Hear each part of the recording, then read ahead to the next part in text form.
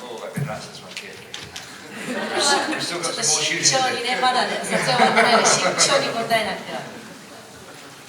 I mean, you know, just what my feeling is that when we're casting films, I want, you know, in the film I want a sense of truth and honesty with the performances, and I can say certainly with both Martin and Richard, and for that matter, you know, everyone else in the cast as well, there, you know, there has to be an absolute truth in what they're doing. It's not pretend or pretense. And I think that's even more special, it's even more important in a fantastical film, because if you're playing a hobbit or you're playing a dwarf, essentially there's a little bit of an alien creature there. I mean, they're very similar to us, but nonetheless they're not human beings. And so I think that the fact that we have to empathise with them becomes absolutely critical to the film.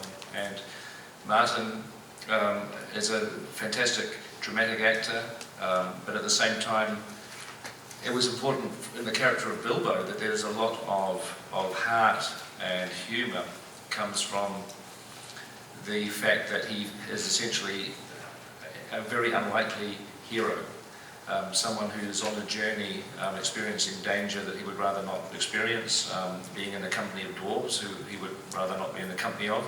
And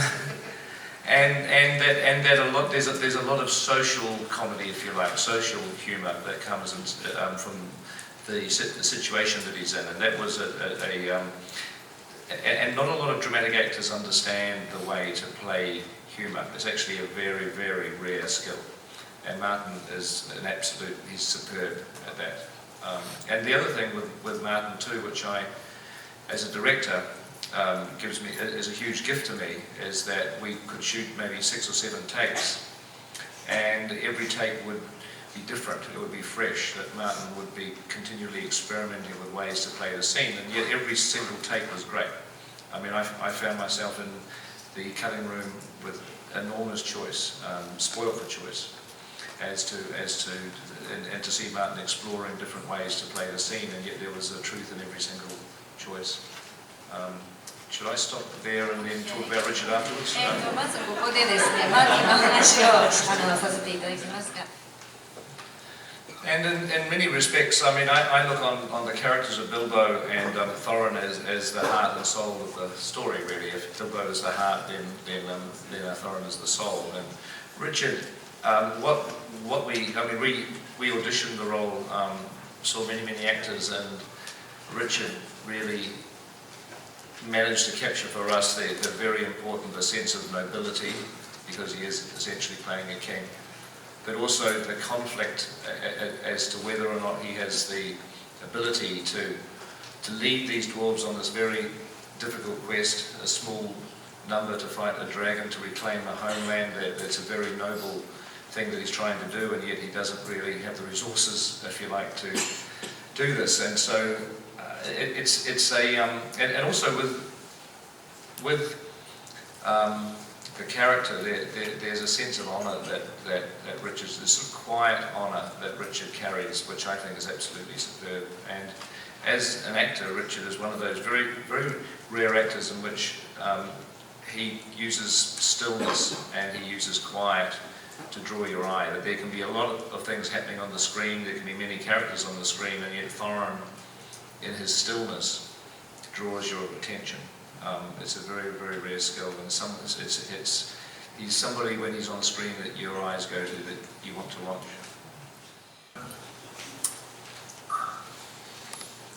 It was very easy, actually, working with Richard. He is, yeah, I mean, what Pete said actually about what he brings to Thorin is partly what he brings just as a person, which is he has quiet determination. He respects himself and others, and he respects others' way of working, but he holds on to this very strong core of himself, actually. He's about the least arrogant person you could wish to meet. He's very self-deprecating, and he's always up for, I don't know, he's just up for what you're going to bring to the scene. I remember I went to the gym with him once, and there were a few of us there, and we had to do these circuits around the gym with this insane psychopath of a gym trainer, and I was busy dying about halfway round, and I nearly did pass out. I genuinely nearly felt it was only a sort of sports drink that stopped me from falling on the floor. And I looked up, and Richard had sort of quietly competed the entire circuit, sort of slightly breaking a sweat. And he sort of admitted that he was, you know, he found it hard and he was finding it tired. But what I really admired about that was that he wasn't being macho and he wasn't being butch, but he just quietly got on with it. And that's kind of how he treated the 18 months of the job, really. You know, all the trials and tribulations that inevitably come with just the day-to-day making of a film. It's tiring, you miss home, etc. He was very stoical about it, which again is a great thing for Thorin. So I think there was a good marriage of Richard and Thorin there, and I enjoyed working with him very much.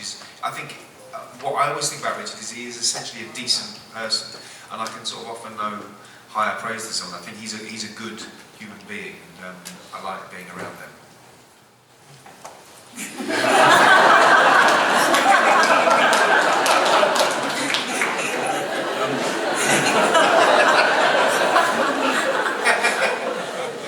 I always felt incredibly guilty that I didn't really socialise enough when we were working on this job, particularly with Martin, because he is one of the most entertaining people I've ever worked with.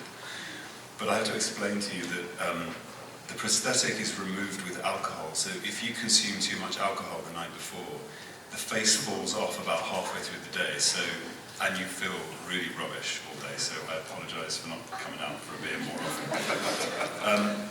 But in terms of what I gained from Martin as an actor, there was one particular day, and it was in Bag End, it was my first day on the set, and Martin had been working with Andy for, I think, 2 weeks on the Gollum scene, and they were doing something which is called a rolling reset, and I watched Martin experimenting with a moment as a jazz musician would riff on a theme, and I remember being so impressed with it because it's actually quite a brave thing to do, because you sort of expose your process to everyone in the room.